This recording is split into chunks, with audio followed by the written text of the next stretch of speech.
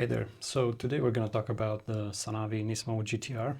We're going to go over a brief history of the kit, contents of the box, my recommendation at the end, and a small skill modeling tip.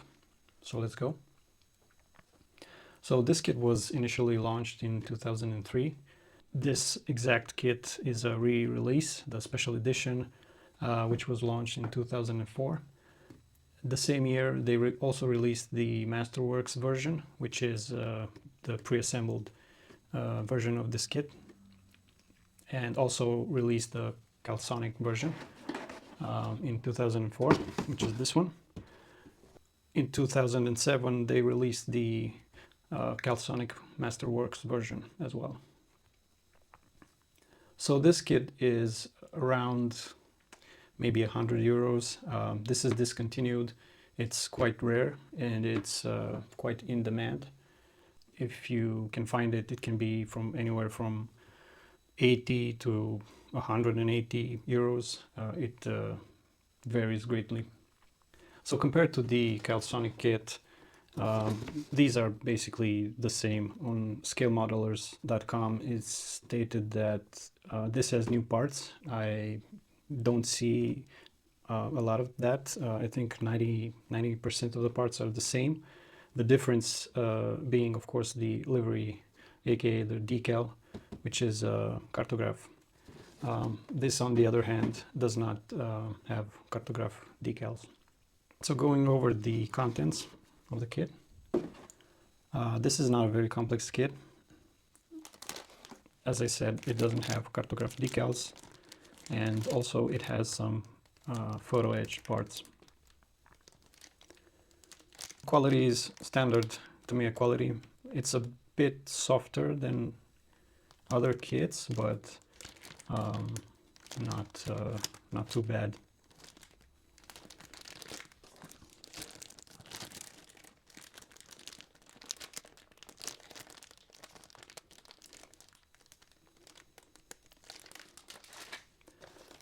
As I said, there are some photo etched parts. There's also a carbon fiber decal in here, along with the rest of the decals.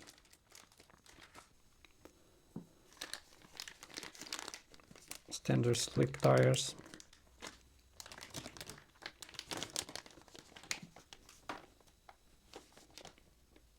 Here we have the rims and some mechanical parts. Very nice disc brakes, ventilated discs. This is a curbside model, meaning it doesn't have any openable doors or trunk lid. It doesn't have an engine or an engine bay for that matter. It's just the shell and some interior parts. Very good quality of the parts. No flash. The plastic looks really good. Quite old kit, by the way, but still looks good.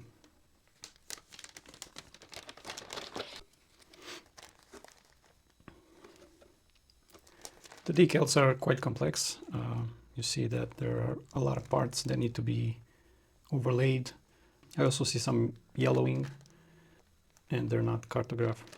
We also have masking for the glass and some chromed parts.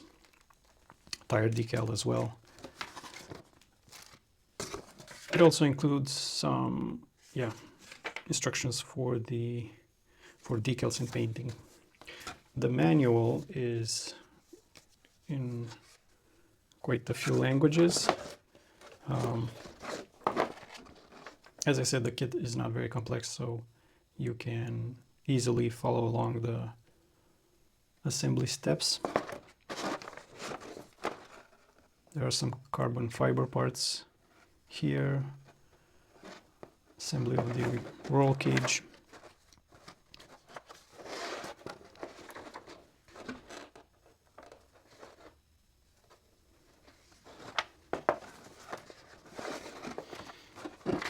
Nothing too crazy. Now, compared to the Calsonic version, not a lot of difference in parts. The decal is different, as I said, but overall it's basically the same kit. There's also a pre-2003 Calsonic GTR R34.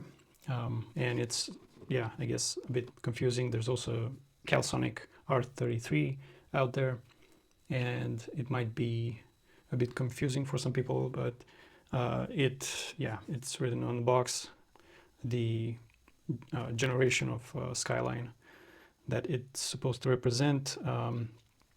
Between these two kits, there are a lot of differences. They're not the same. I think they have minimal parts in common. This kit is also a lot cheaper and a lot easier to find. But the main point is that it's not the same as this one at all. So the online feedback for this kit is mostly positive. People say that the fitment is pretty good, molding pretty good. However, there are some complaints about the decals and paintwork. The amount of decals that you have to put on the car, and combined with the unusual shape of the body, makes it hard to apply the decals. For some people, as I understand it, it's not an easy job. Some people had issues. Also, the two-tone paint job, somewhat complex. So in conclusion, definitely recommend this kit, but not for beginners, due to the fact that if it would have been cheaper or easier to find, if you make a mistake or need some spare parts, spare decal, this is a lot harder to find. So because of that, I wouldn't recommend it for beginners. Overall, a very good kit, but it's just a shame that it's just a curbside model. A lot of people expressed the want for a more detailed kit with an engine and so on. And as for the tip of the day, I would like to talk a little bit about glass. This acrylic glass that we see in model kits. On a normal car, you would have the glass surrounded by some rubber or some plastic housing for the glass, and that's usually black or dark gray, maybe something a bit matte.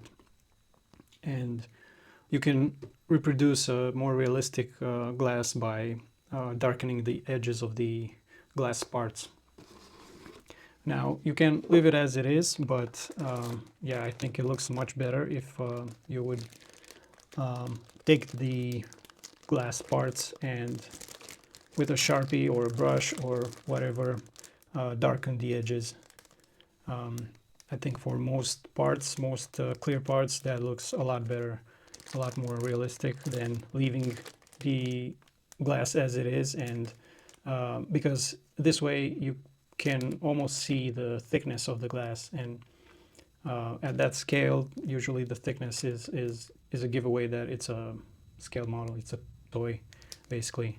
But if you darken this, or even better, by coloring the edges to the color of the rest of the body, for example, on some cars it looks better if it's the same color as the car. I think that gives the illusion that the glass is a lot thinner and more to scale, let's say. And makes the kit look a lot better. Okay, that's it. Thanks.